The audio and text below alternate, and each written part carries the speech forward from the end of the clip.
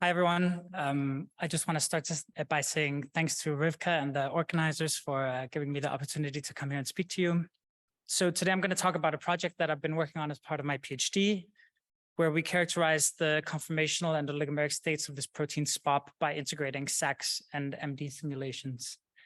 And so even though I know this is not focused so much on NMR, but on SAXS data, I think a lot of the principles that we use to integrate simulations and experiments are the same and pretty universal. And I think this showcases nicely how simulations can be used to help interpret kind of sparse and low resolution data, so you can get something out of that. So first, I'm going to give a little introduction on SPOP. So SPOP is a substrate adapter in the ubiquitin proteasome system, where it recognizes proteins and targets them for degradation. And so it regulates levels of proteins that are involved in cell cycle control and development. And that means that mutations in SPOP are associated with cancer, and it's actually the most frequently mutated gene in prostate cancer, but it's also involved in many other types of cancer, like endometrial cancer and breast cancer. So on the left here, you see a structure of a SPOP dimer. In orange, you have the math domain, which is the substrate binding domain. And that's connected by this linker region to these BTB and back domains in blue.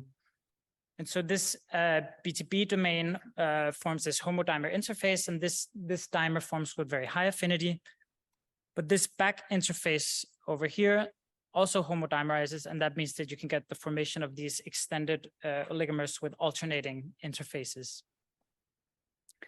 And so we know from previous studies that many of the proteins that SPOP targets are disordered, and it binds to these short linear motifs in the targets. And we know that it can bind multivalently to these, and that the binding affinity is increased by avidity effects. And so SPOP can bind multivalently to these substrates, and then it recruits the other parts of the ubiquitin ligase machinery, and that results in ubiquitination of the substrate and subsequent degradation by the proteasome. And so in this project, we were interested in studying the structure of SPOP in its oligomeric state, because we already know quite a bit about SPOP and its monomer and this dimeric state, but we also know that the formation of these higher order oligomers is important for its biological function. And so this is complicated a bit by the fact that SPOP forms polydispersed oligomers. And here you see previously published size exclusion chromatography data at different protein concentrations, and also native mass spectrometry data from Tanya Mitag's group. And so this shows that we have the formation of a lot of different oligomer sizes in solution at the same time. And so this, of course, makes it a little bit difficult to characterize SPOP structurally. But our collaborators, Matt and Tanya at St. Jude's in Memphis, managed to collect SAXS data on a slightly truncated construct of SPOP. And they collected SAXS data, as you can see here, at several different protein concentrations ranging from 5 micromolar to 40 micromolar protein. And so, as you probably know, SAXS is a low resolution technique. It mostly tells you about the overall shape and maybe interdomain distances and stuff like that in the protein. And so what we usually do, coming from the computational and MD simulation side, is to run simulations of these systems and try to see how it compares to the SAXS data, and in that way come up with kind of a structural interpretation of the SAXS data. And so that's what we wanted to do in this case. But of course, the SAXS data represents an average over all of the oligomeric species present in solution. So this complicates things a little bit in terms of comparing simulations and experimental data. But we're helped along a little bit in this endeavor by the fact that we already know quite a bit about the mechanism by which SPOP forms higher order oligomers. So we know that this dimeric subunit that this dimeric oligomer that I showed you before is the smallest subunit of higher order self-association. It forms with quite a bit higher affinity. And we know from multi-angle light scattering data that SPOP follows this isodesmic model of self-association, where the addition of every subunit to this growing linear oligomer happens with the same equilibrium constant, no matter the size of the oligomer. So it's basically the simplest kind of linear self-association model that you can imagine. And this model fits very well to multi-angle light scattering data measured at different concentrations of SPOP. And if you fit this model, it gives an isodesmic KD of around 1.6 micromolar. And so we can take this fitted isodesmic model and we can use it to predict the distribution of oligomers at any given protein concentration. So here you see in different colors the different protein concentrations that we have SAXS experiments at. And you can see in this plot in the middle here, it's the relative population of oligomers as a function of the number of subunits in the oligomer. And you'll notice that the y-axis here is on log scale, meaning that we have quite a high population of the small oligomers and then a pretty low population of larger oligomers at these concentrations. But in SAXS, particles contribute with their size squared, meaning that the actual relative contribution to the SAXS intensities that are measured looks slightly different. And that's the plot you can see on the right here. You can see that for this experiment at 40 micromolar shown in green here, for example, we actually have a pretty substantial contribution from oligomers going all the way up to 60 subunits. And so that means that if we want to build conformational ensembles or do MD simulations and compare it to the SAXS data, we need to model ensembles going all the way up to 60 subunits. And so we took this on. We started by building structures for MD simulations. And for that, we used some existing crystal structures. So we took these two structures and put them together into the dimer that I showed before. And then we used the interfaces from the crystal structures to build models of higher order oligomers. But here, the only information that we're using is really the interfaces that we see in these dimers. And so this is what it looks like going up to the dodecamer. And we use these structures to run coarse-grained MD simulations. And we use the Martini model. And you can see the overlay of the Martini representation on the dimer here on the left. And this is what such a simulation looks like for the dodecamer. You can see that the backbone stays pretty rigid. And this is kind of by construction because there are a lot of restraints that go into these coarse-grained simulations. And you can see these substrate binding domains, the math domains in orange, kind of starting to come off and move around. And so I just want to point out, if anybody's interested in MD simulations and doing coarse-grained simulations of these kinds of systems, that we used a modified version of this Martini model because we found for a lot of systems that if you use unmodified Martini, you get kind of two compact structures in multi-domain proteins, and that you have to either increase the interactions between protein and water or decrease the interactions between protein and protein to favor more expanded states. And for a whole bunch of multi-domain proteins that we looked at, this increased the agreement with SAXS data. So this was our starting point from the MD side. So I showed you that we ran simulations going up to 12 subunits. And then to get even larger oligomers going all the way up to 60, we cheated a little bit and used the kind of chain growth approach where we took random frames from our simulations of the dodecamer and we kind of stitched them together, and we made these Frankenstein's monsters of oligomers. And we did that going all the way up to 60 subunits, and you can see an overlay of the ensemble here showing roughly how that looks. And so now we had 30 ensembles, all the even oligomers going up all the way to 60. We could calculate SAXS profiles from these ensembles. And that means that we have a SAXS profile for each oligomer, and then we can take these and average them with the populations given by this isodesmic model to get the average over both conformational heterogeneity and compositional heterogeneity for these different protein concentrations. And when we do that, actually a little surprisingly, maybe we get pretty good agreement with the SAXS data already. And this is using the isodesmic model that was just fitted to multi-angle light scattering data. So you can see here the purple is the purple is the SAXS calculated from simulations, and the gray points are the experiments. And I've plotted the residuals here underneath each profile, and you can see that at the low concentrations we get pretty much no systematic deviations in the residuals. So these fits are pretty much perfect. And then as we start going to higher concentrations, you can see here, especially at 30 and 40 micromolar, we get some systematic deviations from the SAXS data. So the fit is good, but it's not perfect. And so what can we do when simulations and experiments are not fully consistent? Well, actually, this is something that we have a pretty good and developed framework for already. So we use this method called Bayesian maximum entropy reweighting. That's kind of the flavor that we prefer. This method exists in many different flavors, and it's used by several different research groups. And the idea is that we assign a new set of weights to each conformer in the ensemble in order to improve the agreement with the experiments, but at the same time, change the weights as little as possible from the simulations. So we kind of take along as much information from the simulations as possible. And you can see we do that by minimizing this function here, where we have a chi-square that quantifies the agreement with the experiment. And then we have this relative entropy term, which is a Shannon entropy that penalizes deviation from the prior ensemble. And on the right here, you can see an illustration of how it looks when we do this for a very simple toy model system. So we have some experimental data. That's this black line shown here, which is an ensemble average, of course, if you have a dynamic protein.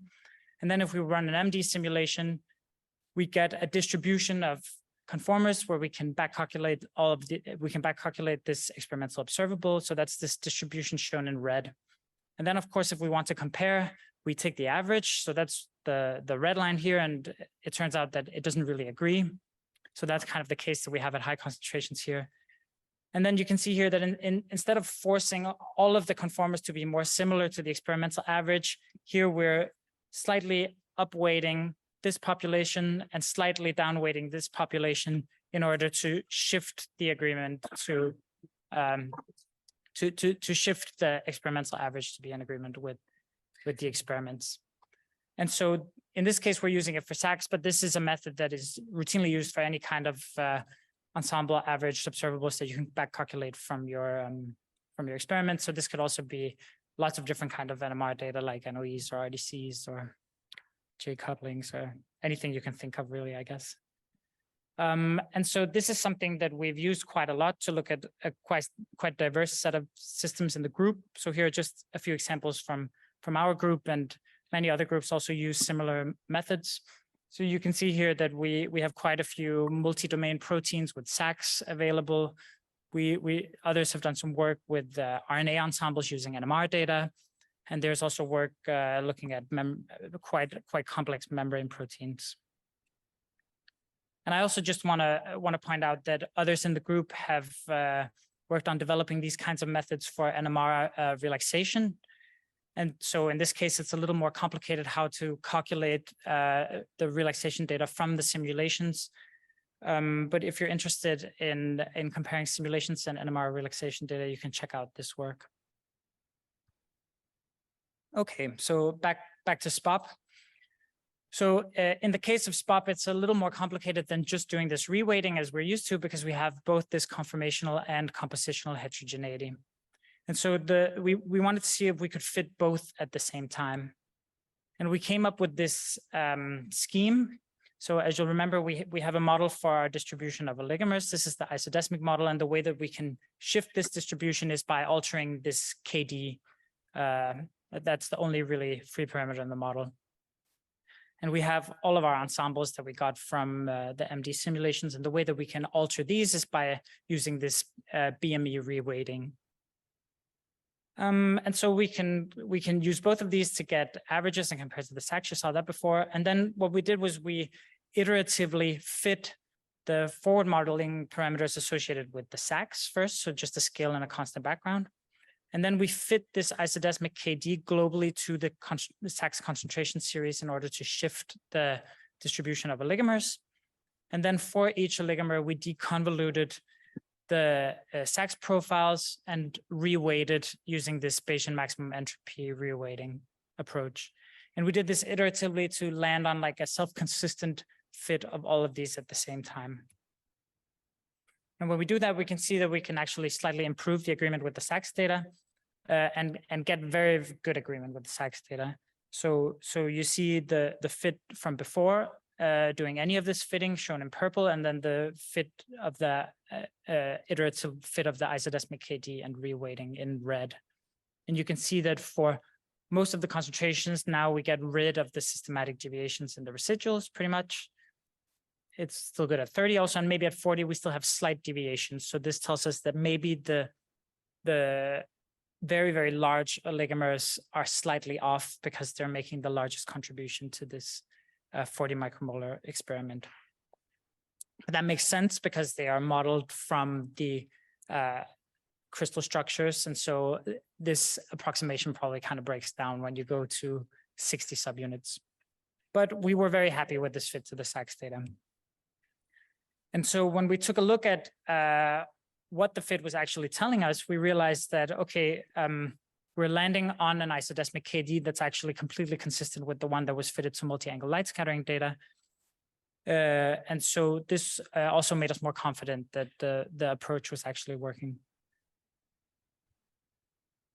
So now we have a structural model of SPOP oligomers that's based on MD and SAXS MD simulations in SAXS. So what do the ensembles actually tell us? Well, first of all, as you could already kind of see by just looking at the ensembles, SPOP seems to form helical oligomers that have a very rigid kind of BTB back core. And so if you look at the end-to-end distance here as a function of the number of subunits in the oligomer, you can see that this is pretty much linear, indicating that this is a kind of straight, rigid rod.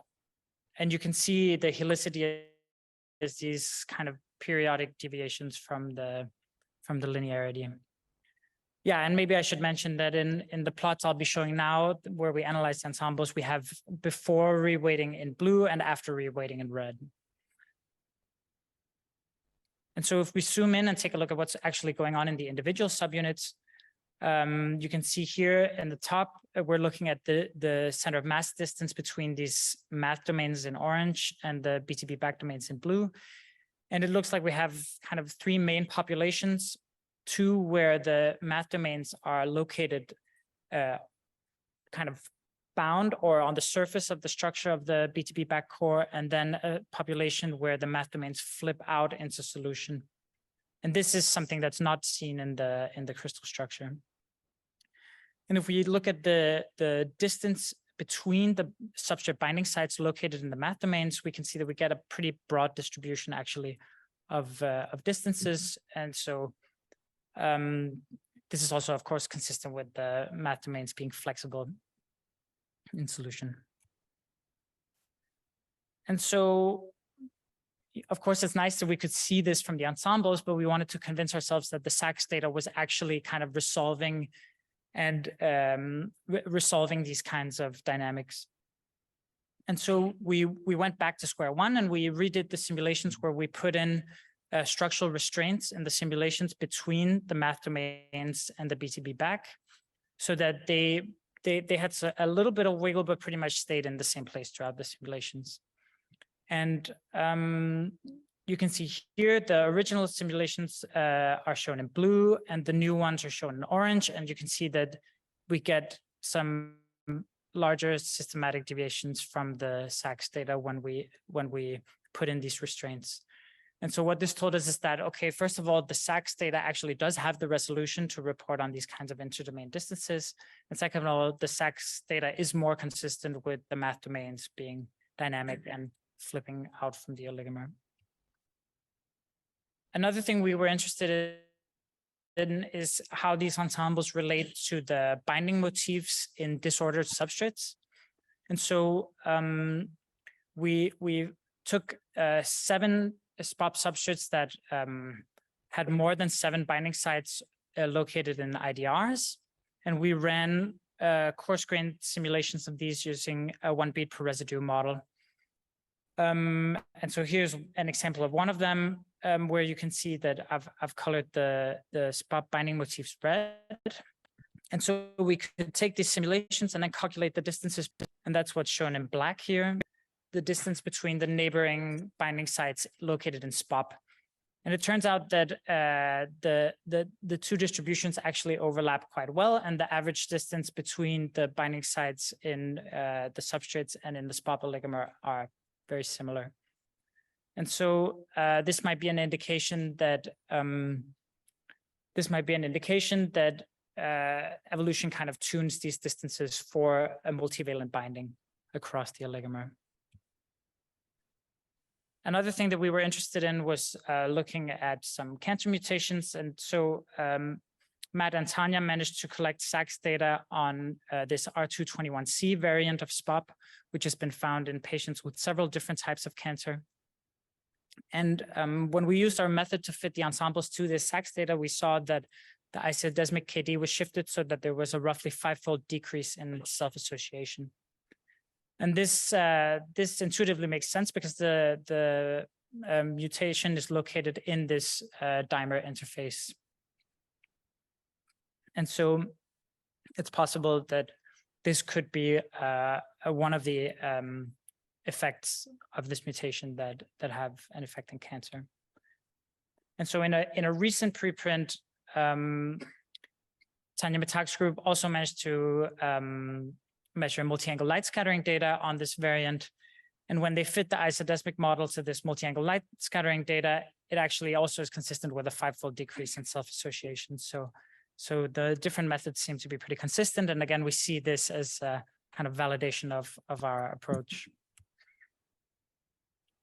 In a recent paper, there was also a cryo-EM structure of full-length SPOP oligomers. And what this structure showed was that actually there is this kind of rigid helical structure of the oligomers, which is consistent with what our predictions from SAXS and MD were. One difference was that in the full-length protein, you have this extra N-terminal part here that's truncated in the construct that we were working with. And it turns out that this region was making some important contact between the math domains, forming this cross beta sheet. And so this means that the placement of the math domains is slightly different in the full length, and likely they're not as dynamic in the full length protein. And so I guess the lesson here is that if a truncation construct works, it's probably because it's making some kind of difference to the protein. Okay, so I want to wrap up. In conclusion, we've developed an approach to refine ensembles of polydispersed oligomers against SAXS data. And applying this to SPOP showed that SPOP forms linear oligomers with a rigid helical structure, and that the math domains in SPOP are flexible and extend away from the oligomer, at least in this truncated construct, likely not as much in the full-length protein. Our analysis also showed that spacing of the binding motifs in substrates is consistent with spacing of the math domains in SPOP. And finally, we showed that the cancer mutation R221C results in decreased self-association. And so I think this project kind of nicely shows that even if you only manage to collect low resolution or sparse experimental data on a system, it can actually be very useful if you combine it with careful molecular modeling, and always make sure to compare the two and go back and forth. And I want to point out that the code for this project is all available on GitHub, and there's a paper out in case you're interested in reading more about it. And so finally, I want to thank my PhD supervisor, Christian Larsen. And I want to thank Tanya Mitag and Mike Coneo at St. Jude in Memphis for a great collaboration. And I want to thank my whole research group back home and the funding, of course. And thank you for listening.